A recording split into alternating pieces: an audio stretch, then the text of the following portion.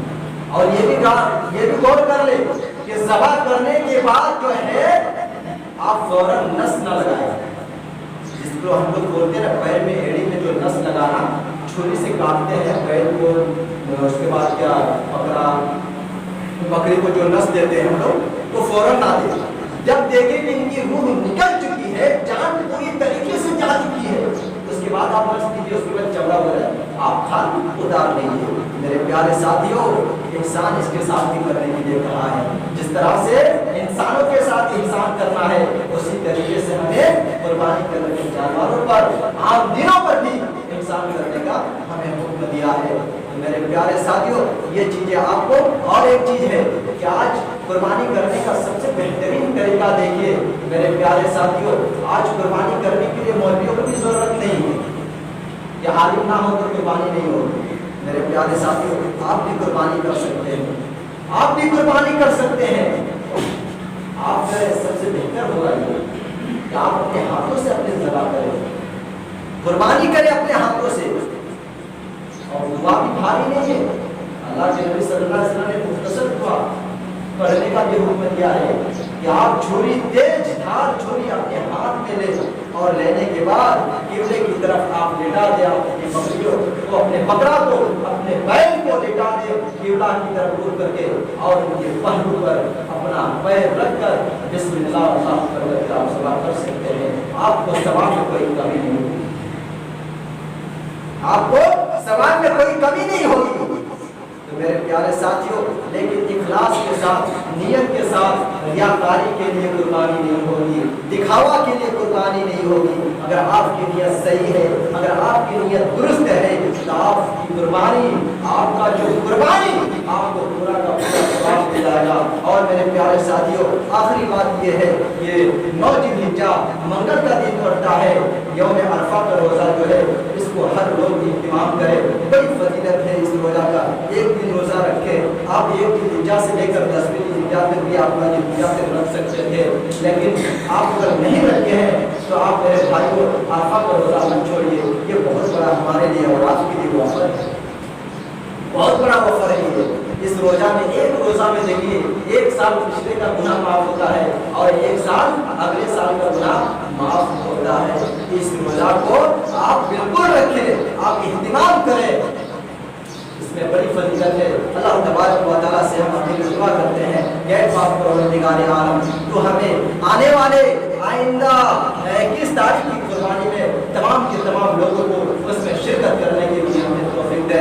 اے اللہ، جو ہم نے جو نیت سے، جو للہیت اخلاص کے ساتھ ہم نے اپنے بیل، اپنی بھینس، جو کچھ ہم نے قربانی کے لیے دیے ہیں، اے اللہ اس کو صحیح و سلامت تندرستی سے قربانی کے دن تک رکھے۔ اے اللہ، جس نیت سے ہم دیے ہیں اللہ، اس نیت کو قبول کر لے۔ اے اللہ، جب تک ہمیں زندہ رکھے، اسلام کے اوپر زندہ رکھے، اور جب ہمارا خاتمہ ہو ایمان کے حق میں خاتمہ ہو، آمین۔ وما علینا الا البلاغ۔